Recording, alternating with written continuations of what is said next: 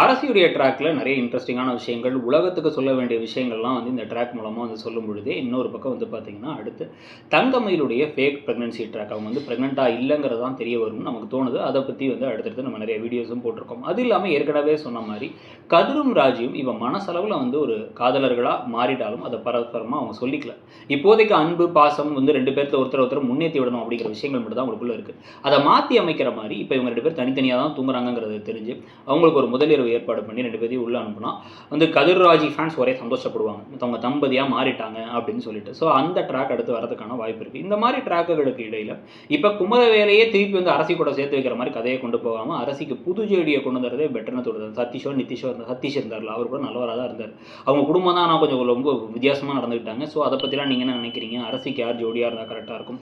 இந்த கதை எப்படி போகுது? கதிர் ராஜிக்கு ஃபர்ஸ்ட் நைட் ட்ராக்ங்கிறது ஓகேவாங்கிறதையும் சொல்லுங்க. அப்படியே மறக்காம நம்ம சேனல் இடம்பொருள் அண்ட் இடம்பொருள் நவ் 2யும் சப்ஸ்கிரைப் பண்ணிக்கோங்க. நான் மெஜல். Thank you.